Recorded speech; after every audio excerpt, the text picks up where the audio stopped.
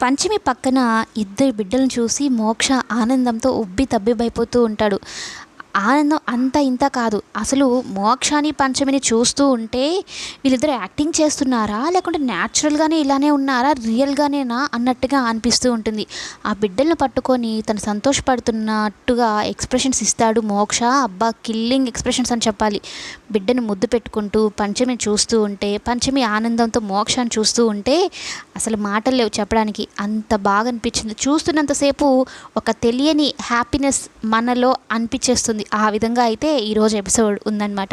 కానీ నాగేశ్వరి విషయానికొస్తే ఆ బిడ్డలిద్దరిని చూసి వీరిద్దరిలో ఎవరు మా మహారాణి, నేను ఎవరిని నాగలోకం తీసుకొని వెళ్ళాలి అని కంగారుగా ఉంటుంది. అసలు ఏం చేయాలి అని చాలా ఆందోళనలో ఉంటుంది. అయితే మోక్ష ఆ బిడ్డలను ముద్దు పెట్టుకొని మా ఇంట్లో వాళ్ళకి తెలిస్తే చాలా సంతోషపడతారు పంచమి.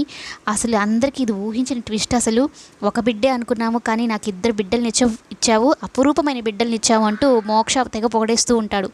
మరోవైపు జ్వాల కూడా ఒక మగబిడ్డకి జన్మనిచ్చింది. అయితే ఇంట్లో వాళ్ళందరూ మాట్లాడుకుంటూ ఉంటారు. జ్వాల ఇంటికి వారసుని తీసుకొచ్చిందని సంతోషపడాలా, మోక్ష పంచమి విషయంలో అసలు ఏమీ తెలియడం లేదు, దాని గురించి బాధపడాలా అర్థం కావడం లేదు అని అయితే అనుకుంటూ ఉంటే ఇంతలో ఒక కోయ దొర వస్తాడు. మీరు ఎవరి కోసం ఎదురు చూస్తున్నారో వాళ్ళైతే రారు, అయిన వాళ్ళు రారు, కాని వాళ్ళైతే వస్తారు, వాళ్ళు కూడా దుష్టశక్తులు వస్తారు అని చెప్పగా ఇంట్లో వాళ్ళందరూ ఒక్కసారిగా షాక్ అయిపోతారు.